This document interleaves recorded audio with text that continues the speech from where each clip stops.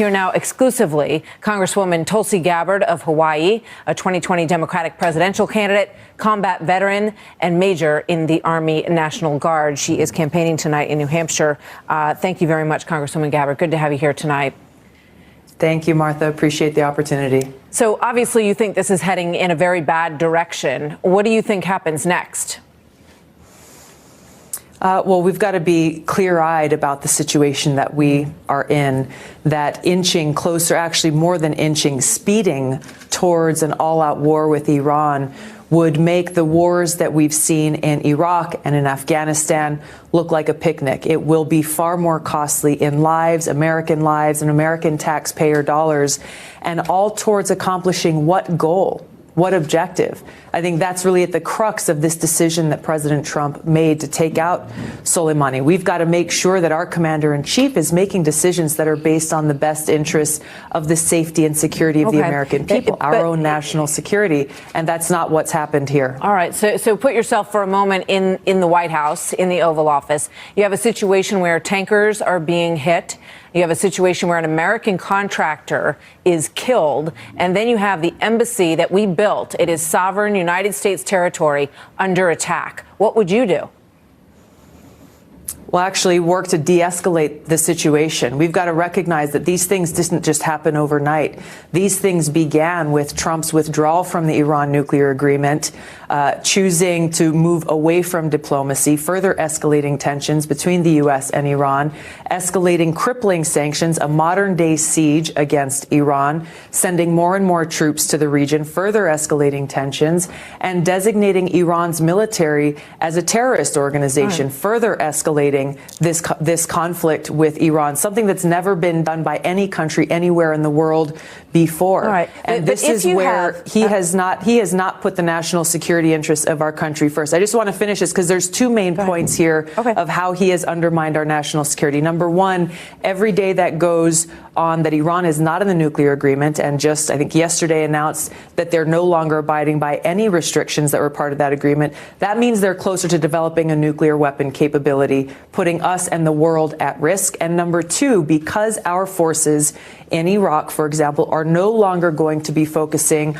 on defeating and ensuring that al-Qaeda and ISIS are not allowed a resurgence, our commander there yesterday just said, we're not doing that anymore because now our troops have to focus on Iran, allowing ISIS and al-Qaeda to create and mount a resurgence that further puts us and our national security at risk. Plenty of people who agree with you, and then there are people on the other side of the equation who say when you are presented with intelligence, and members of Congress are going to hear what that intelligence was, I imagine on Wednesday, or at least a little bit more information on these imminent threats, and you don't take the target of opportunity to take this person out who is behind those threats to American citizens and American military, you take a risk of having people then turn back to you and say, how could you have allowed our people, our military, to be made vulnerable by this attack when you knew you had the opportunity to take this guy out? And I want you to listen for just a second to Sergeant Bartlett, who has been a frequent guest on this program,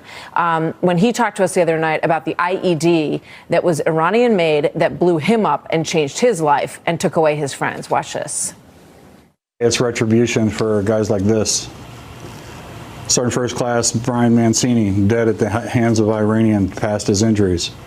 Sergeant William J. Brooks, Corporal Bishop, Robert Siddham. All these guys with their friend, have died at the hands of the Iranians in this current regime, and some to the Quds Force, and Soleimani at his hands. So for us, it's retribution. So given the opportunity to take him out and prevent further attacks against men and women like that, how do you not take it?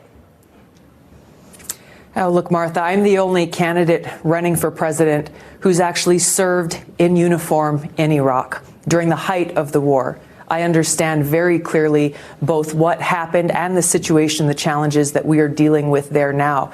But here's the key, that as commander-in-chief, the commander-in-chief should not be making decisions based on who is a bad guy or even who has blood on their hands. The commander-in-chief needs to make a decision about what is in the best national security interests of our country. And I just gave you the two biggest examples of how Trump's decision has undermined our national security and made the American people less safe. That is at the crux of what is wrong with the decision that Donald Trump made and why it's so critical that we have a commander-in-chief who has experience and understanding in both foreign policy and our national security to make and with the foresight to see what the consequences of those decisions will be. This is why I'm running for president, to bring the experience that I have to fulfill that responsibility and to serve as commander-in-chief. Everybody respects your service and your ability to discuss it from your own perspective.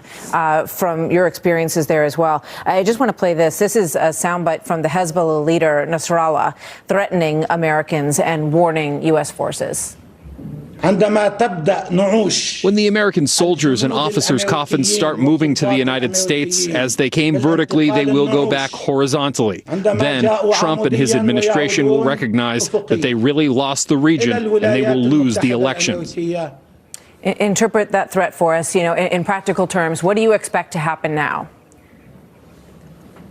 Look, it's hard to say with specifics, but I think that this statement is further affirmation of how this step that Trump took is a serious escalation of this war that further puts the American people and our troops in the region at risk. This is why I am calling for our troops to get out of Iraq and Syria now, because the longer that they stay there, the more likely it is that we will find ourselves entrenched into another endless quagmire of a war with no one able to define what does winning look like, what does victory look like, what are we actually trying to accomplish, and how does it actually serve the best interests of our people and of our safety and security. Congresswoman Gabbard, thank you very much. Good to speak with you tonight. Thanks for being here. Thank you, Martha.